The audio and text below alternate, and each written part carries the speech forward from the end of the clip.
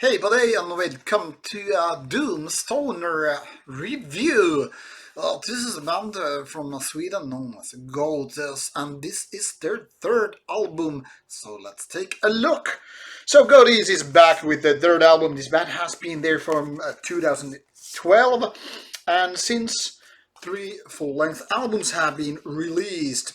But since 2017, half the lineup has changed, most importantly with a new singer vocalist. So what is Goatess all about? It's traditional doom with some stoner feeling that is very smoky guitar riffs with kind of a dusty, moldy guitar sound, and then quite lengthy recording, yet still having the kind of old school vibe. As you can see, here is the poster from the CD, which also works out as works like lyric sheet. So Goatess is all about this kind of a traditional doom stoner stuff, and it's nicely packaged in this blood and wine digipack. There you have another go with it.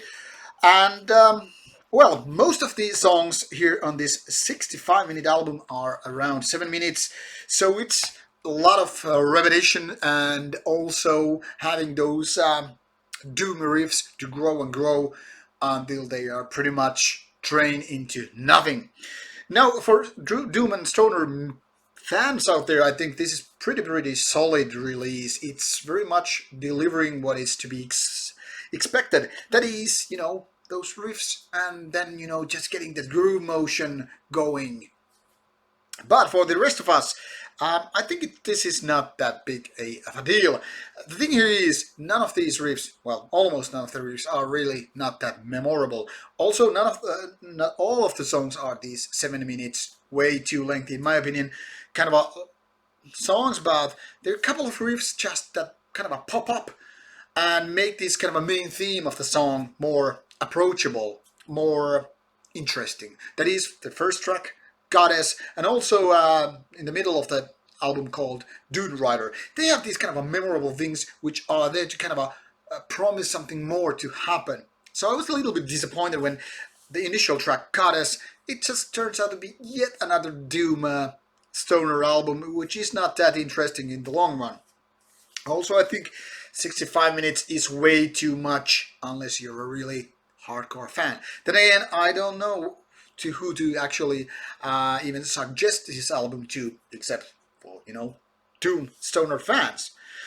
Now, this production value is something that is probably also dividing the lines among the listeners. Some are totally into this kind of a dusty sound, which is kind of a heavy, but it's not really clear. It's not, distinctive, but it's more like just, kind of a mushy. It's kind of a retro, so depends on your allergy levels towards retro sound, how much you will actually like this.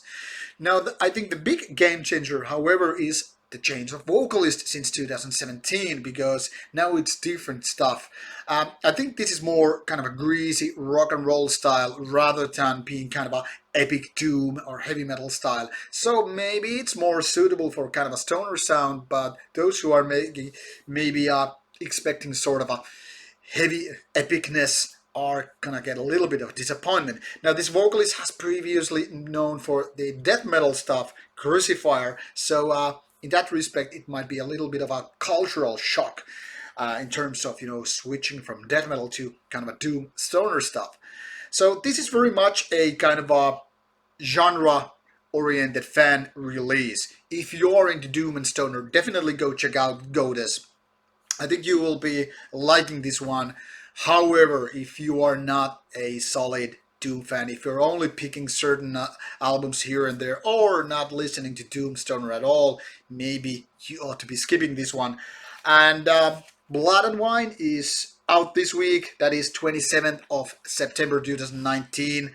So if you're watching this review fresh, this is to be your next thing later on this week. And if you're watching later, well, there's samples of full album online.